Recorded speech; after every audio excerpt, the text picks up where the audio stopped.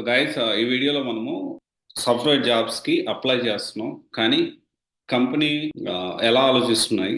So అంటే మనం jobs వెతుకుతున్నాం, కానీ కంపెనీస్ ఎంప్లాయీస్ కోసం ఎలా వెతుకుతున్నాయి అనే కాన్సెప్ట్ మనం అర్థం చేసుకున్నాం. ఎందుకంటే ఈ కాన్సెప్ట్ చాలా మందికి అర్థం కాలేదని నేను అనుకుంటున్నాను. ఎందుకు నేను అనుకుంటున్నానంటే, బేసిక్గా చూస్తున్నాను చాలా రోజుల నుంచి. ఇది ఫస్ట్ టైం కాదు, చాలా సార్లు జరిగింది ఇలాగే. మనకి 3 కంపెనీస్ ఉన్నాయి. వెరీ రీసెంట్‌గా జాబ్ నోటిఫికేషన్ ఒకటి వేసాను. అంటే దీంట్లో మనం అసలు కంపెనీస్ ఎలా ఎదుగుతాయి, ఏంటి, మనం ఎలా ఆలోచించాలి, దానికి సంబంధించింది మనం మాట్లాడుకుందాం. సో మనం ఏంటి అంటే, నేను ఒక నోటిఫికేషన్ పెట్టాను. So job notification so and so CVSC mega ప్రాజెక్ట్స్‌లో కొంతమంది సూపర్వైజర్లు కావాలి అని చెప్పి, సో ప్లస్ సైట్ సూపర్వైజర్లు, సైట్ ఇంజనీర్స్ కావాలి అని చెప్పి నేను చెప్పడం జరిగింది. అయితే జనరల్‌గా కంపెనీస్ ఎలా ఎదుగుతాయి అనేది మనం అర్థం చేసుకోవాలి. బేసిక్‌గా ఒక కంపెనీ ఎలా ఎదుగుతుంది, మనం జాబ్ ఎలా ఎత్తుకుంటున్న దాని గురించి మాట్లాడట్లేదు. కంపెనీస్ ఎంప్లాయీస్ కోసం ఎలా ఎదుగుతాయనే దాని గురించి మనం మాట్లాడుకుందాం. మనం అర్థం చేసుకోవాలి. అంటే ఎప్పుడు మన పాయింట్ ఆఫ్ వ్యూ కాకుండా కంపెనీ పాయింట్ ఆఫ్ వ్యూ గురించి ఈ వీడియో మనం అర్థం చేసుకోవడానికి ప్రయత్నం చేద్దాం. బేసిక్‌గా అన్ని జాబ్ పోర్టల్స్‌లో, నౌకరీ, ఇండిడ్ అన్ని జాబ్ పోర్టల్స్‌లో ఒక జాబ్ నోటిఫికేషన్ అనేది పోస్ట్ చేస్తది. తర్వాత కంపెనీలో కూడా /కెరియర్స్ అని వాళ్ళకి సెపరేట్ కెరియర్స్ పేజ్ ఉంటుంది. దాంట్లో పోస్ట్ చేస్తది. తర్వాత కంపెనీలో వర్క్ చేసే ఎంప్లాయీస్ రెఫరెన్స్‌ని అది ఎక్స్‌పెక్ట్ చేస్తది. ఏమన్నా రెఫరెన్స్ ఉంటే చెప్పండి అని అందరికి మెయిల్స్ పంపిస్తది. ఆ కంపెనీలో 100 మంది పనిచేస్తుంటే 100 మంది అందరికి మెయిల్స్ పంపిస్తది. తర్వాత లింక్డ్ఇన్ త్రూ కన్సల్టెన్సీ ద్వారా వాళ్ళకి కూడా మేము ఇట్లా రిక్రూట్ చేసుకుంటున్నామని ఓన్లీ జాబ్ కన్సల్టెన్సీస్ కొన్ని ఉన్నాయి దానికి. దాంతో పాటు పర్సనల్‌గా పర్సనల్‌గా కూడా కొంత రిక్రూట్మెంట్, ఒకవేళ చిన్న కంపెనీ అయితే పర్సనల్‌గా కన్సల్టెన్సీ సపోర్ట్ తీసుకొని, ఇలా ఒక కంపెనీ ఇన్ని రిసోర్సెస్ నుంచి ఎంప్లాయీస్ కోసం వెతుకుతుంది. సో మనమైతే అన్ని రిసోర్సెస్ మనమేమి యూజ్ చేయలేదు. జస్ట్ మనకు కావాల్సిన 10 మందే కాబట్టి. సో నేను ఎలా యూజ్ చేశానంటే, ఓన్లీ మన ఛానల్ ఒక 75,000-80,000 మంది ఫాలోవర్స్ ఉన్నారు. ఇన్‌స్టాగ్రామ్ దాదాపు ఒక 40,000 మంది ఫాలోవర్స్ ఉన్నారు. అంటే దగ్గర దగ్గర 1,20,000 మంది. తర్వాత నా పర్సనల్ కాంటాక్ట్స్, నా పర్సనల్ కూడా నేను స్టేటస్ పెట్టాను. దీంతో పాటు మనకు తెలిసిన కంపెనీస్ వాళ్ళు మీ రెఫరెన్స్ ఎవరైనా ఉంటే, మీ దగ్గర ఎవరన్నా ఇట్లా ఉంటే చెప్పండి అని చెప్పి వాళ్ళకి చెప్పడం. ఇలా ఏంటి అంటే మనకు తెలిసిన రిసోర్సెస్, అంటే ఒక చిన్న కంపెనీ ఆల్మోస్ట్ ఒక 60-70 ఎంప్లాయీస్ ఉన్న కంపెనీయే ఇంత రిసోర్సెస్ గురించి సరదాగా దాదాపు 1,00,000 అంటే ఎంతమంది పోస్ట్‌కి లైక్ కొట్టారు, ఎంతమంది చూసారు, ఇట్ డజంట్ మ్యాటర్. 1,20,000 మంది డైరెక్ట్‌లీ అందరికి తెలిసింది. అంటే 10 మంది ఉన్న పోస్ట్‌కి 1,20,000 మందికి డైరెక్ట్‌లీ నేనే పోస్ట్ చేశాను. రెఫరెన్స్‌లు అవి ఇవి కలిపి మహా అయితే ఒక 500 వేసుకుందాం. 500 కాకపోతే 100 మంది వేసుకుందాం. 100 రెఫరెన్స్‌లు అది ఇది అనుకుందాం. సో బేసిక్‌గా మనకి ఒక 70 మెంబర్స్ దాకా రెజ్యూమ్స్ అనేవి మన మెయిల్‌కి పంపించాం. పంపించిన తర్వాత పర్సనల్‌గా ఒక 12 మంది, 13 మంది అంటే వచ్చారు. రెఫరెన్స్ వచ్చాయి. సోషల్ మీడియా అని ఇంకా రకరకాల దాని నుంచి దీని నుంచి వచ్చాయి. ఇక్కడ సరే, అంటే జాబ్ ఉంది, ఇంట్రెస్టెడ్ ఉన్నాను అని చెప్పి కొంతమంది పంపించారు కదా! ఎలా ఉన్నారంటే మన మేనేజర్ గాని, హెచ్ఆర్ కాల్ చేసి, "సో, ఇలా మీరు మెయిల్ పెట్టారు కదా! మీరు ఇంట్రెస్టెడ్ ఉన్నారా? ఇమ్మీడియేట్ రిక్వైర్మెంట్ ఉంది" అని అడిగారు. సో, కొంతమంది వాళ్ళు చెప్పిన ఆన్సర్‌లు చూడండి. ఒకరేమో, "ఇలాంటి జాబులు డైరెక్ట్‌గా ఎళ్ళినా ఇస్తారు కదా!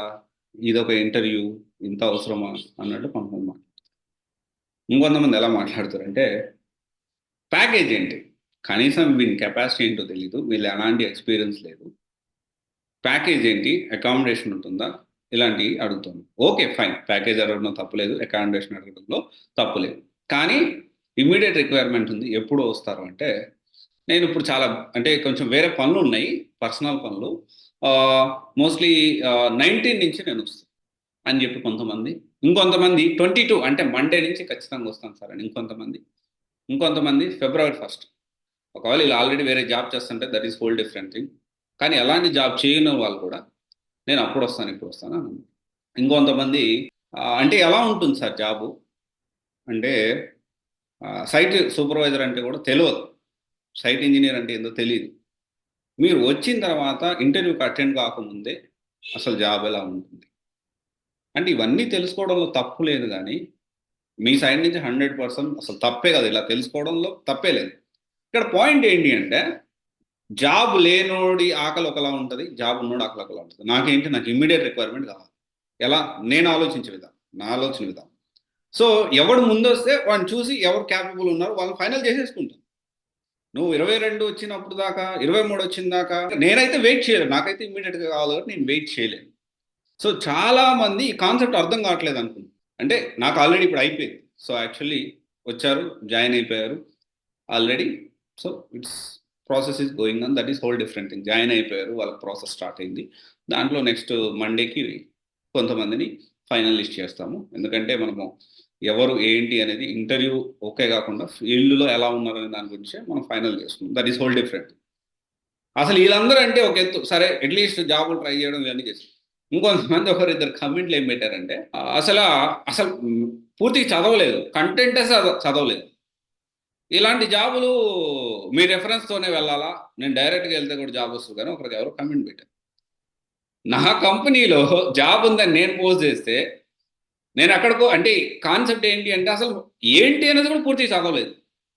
సో ఇక్కడ జాబ్లు అప్లై చేయడం ముఖ్యం కాదు, ఇంటర్వ్యూస్కి అటెండ్ అవ్వడం ముఖ్యం కాదు, ఇంటర్వ్యూస్కి అటెండ్ అవ్వడం కూడా ముఖ్యం. దాంతోపాటు ఎంత త్వరగా వీలైతే పాసిబిలిటీ అంత త్వరగా వచ్చి జాయిన్ అవ్వడం కూడా ఇక్కడ important. There are many people who are losing it. అంటే ఇప్పుడు సెలెక్ట్ అయిన 10 మందికి సెలెక్ట్ కానీ 70 మందికి ఏంటి డిఫరెన్స్? ఏంటి డిఫరెన్స్ అంటే వీళ్ళు తొందరగా యాక్టివ్గా okay actively looking into job. Company ఓహో these people are very actively looking into the job. So వీళ్ళకి నిజంగా జాబ్ నీడ్ ఉంది, మనకు రిక్వైర్మెంట్ ఉంది, వీళ్ళని తీసుకుందాం. టాలెంట్ అంతా ఓకే, అంతా ఓకే. దానికంటే ముందు జాబ్స్కి ఇక్కడ పాయింట్ ఎక్కడ మనం ఎక్కడ మిస్ అవుతున్నాం అంటే జాబ్స్కి అప్లై చేస్తున్నాం కానీ దాని తర్వాత ఫాలోఅప్స్ ఉండట్లేదు. ఇంటర్వ్యూస్ ఇస్తున్నాం, ఇంటర్వ్యూస్ తర్వాత హెచ్ఆర్ సరిగ్గా రెస్పాండ్ అవ్వట్లేదు, లైట్ తీసుకుంటున్నాం. జాయినింగ్ సో డేట్లో జాయిన్ అవ్వండి అంటే ఈ డేట్ కాదు నాకు ఇంకొక డేట్ కావాలని రిక్వెస్ట్ చేస్తున్నాం. So which is not correct. Company నాకు తెలిసినంత వరకు ఒక స్టార్టప్ కంపెనీ అయినా మిడ్ లెవెల్ కంపెనీ అయినా ఎలా ఆలోచిస్తుంది అంటే ఆల్మోస్ట్ 80% వరకు 70 to 80% వరకు ఇమ్మీడియట్ జాయినర్సే ఎక్స్పెక్ట్ చేస్తారు. ఇది మనం అర్థం చేసుకోవాలి. సో అంటే మనకు తెలిసినంత వరకు కంపెనీలు ఈ విధంగా ఎదుగుతాయి. మనం వాళ్ళని మ్యాచ్ అయితే వీటితో పాటు స్కిల్స్ టాలెంట్ ఇది కూడా కావాలి. దాంతోపాటు అంటే యాక్టివ్గా నువ్వు జాబ్ కోసం చూస్తున్నావు లేదా అనేది కూడా ఇక్కడ చాలా ఇంపార్టెంట్, చాలా చాలా ఇంపార్టెంట్. రెఫరెన్స్ పర్సనల్ రెఫరెన్సే, నాకు వెరీ క్లోజ్ తమ్ముడు అన్నా ఇట్లా ఒక జాబ్ ఉంది అంటే వేరే వాళ్ళు రిక్వెస్ట్ చేస్తే మనం దాంట్లో చూసి ఇతని ద్వారా నాకు పర్సనల్గా రెఫరెన్స్ అంటే రికమెండేషన్ అట్లా కొంచెం ఉన్నారు చూడండి అన్నట్టు చెప్తే సరే రమ్మని చెప్పు అంటే 22 వస్తారు అని చెప్పాడు. అయితే నేను ఒకటే మాట అన్నా, రావాల్సిన అవసరం లేదు. ఇక అంత దూరం దాకా నేను ఒకరి కోసం నేను వెయిట్ చేయాల్సిన అవసరం నాకు లేదు. దెర్ ఆర్ పీపుల్ జాబ్ లేక ఆ కష్టాలు నిజంగా నీడ్ ఉన్నోడు వానికి ఉండే కసి అనేది వేరే ఉంటుంది. సో ఇది అర్థం చేసుకోండి. Okay, thank you.